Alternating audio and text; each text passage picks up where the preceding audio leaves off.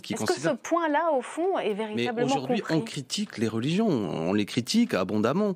Moi, j'ai 53 ans, je veux dire, mais à mon époque, Charlie Hebdo était un journal qui était réservé, si je puis dire, aux adultes. Est-ce qu'on pourrait discuter sans pour autant, comment dirais-je, est-ce qu'il y a des dessins aussi là-dedans qui ne sont pas faits pour des adolescents? Je veux dire, c'est pas pour autant que que j'empêche la critique des religions, mais un outil pédagogique aussi doit être adapté à un enfant. Vous ne parlez pas de certaines choses à un enfant de 10 ans, comme à un collégien, comme un lycéen. J'évoquais l'autre jour sur une autre émission la question de la sexualité, par exemple. L'homophobie se porte bien parfois dans la jeunesse. Quand vous discutez de textes classiques, de littérature, que vous racontez des histoires d'amour entre Verlaine et Rimbaud, ça peut choquer des jeunes gens. Eh bien, le métier de l'enseignant n'est pas de choquer en permanence les élèves, mais de le faire progresser. Ce que je veux dire par là...